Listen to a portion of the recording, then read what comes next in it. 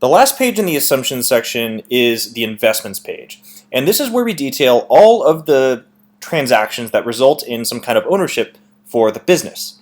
And a lot of the times people will get this confused with the costs section, but there's one big distinction between costs and investment, and that costs are things that happen for some period of time, but are over within that period. And one good example would be, again, going back to rent. So you pay rent to stay in a building, but that is only for that month. You don't get any ownership in anything as a result of paying that rent. But alternatively, if you were to buy a building, you would maybe have a mortgage associated with that building that you would pay monthly as well, just like you would with rent. But where you actually purchase the building, that's something that the business owns and will go, therefore, on the balance sheet of the business. So even though there's a similar payment that might take place, one of them has an asset or some sort of thing that is owned as a result of the transaction, where in the cost section, it is something that took place for some period of time and is sort of ephemeral in its existence. So it's only existing for a short period of time, and there's not really anything to show for the business other than the income statement results.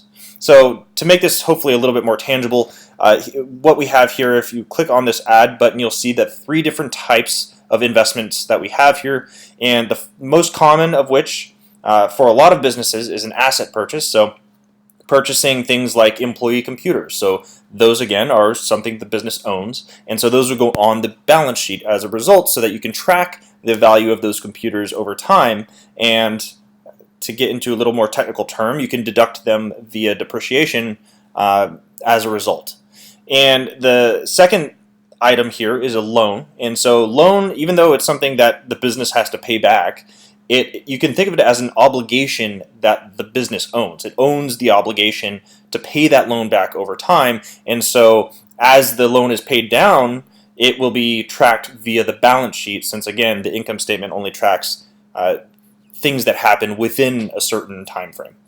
And lastly, we have an equity injection, and so this is probably the most straightforward. So this is when a transaction takes place where somebody typically gives the business money, and in return they get some kind of equity, and really all that is accounted for there is the money that is given to the business, and that will, again, be tracked on the balance sheet. So all 3 of these are taking place on the balance sheet.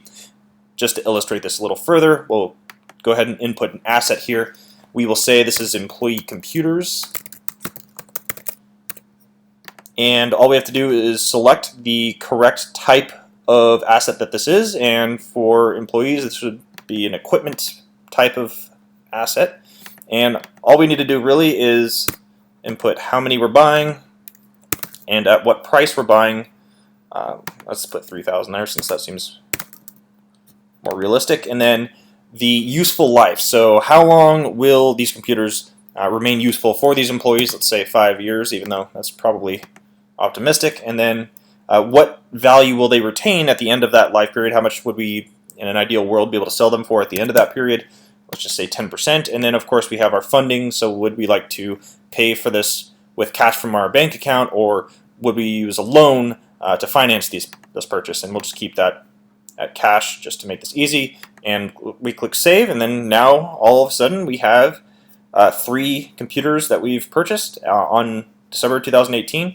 Even though it's January 2019, and that's typically how most asset purchases or most investments will take place, is that they are kind of these one-off, typically one-off events that affect your balance sheet or affect the business's ownership in some asset of some kind.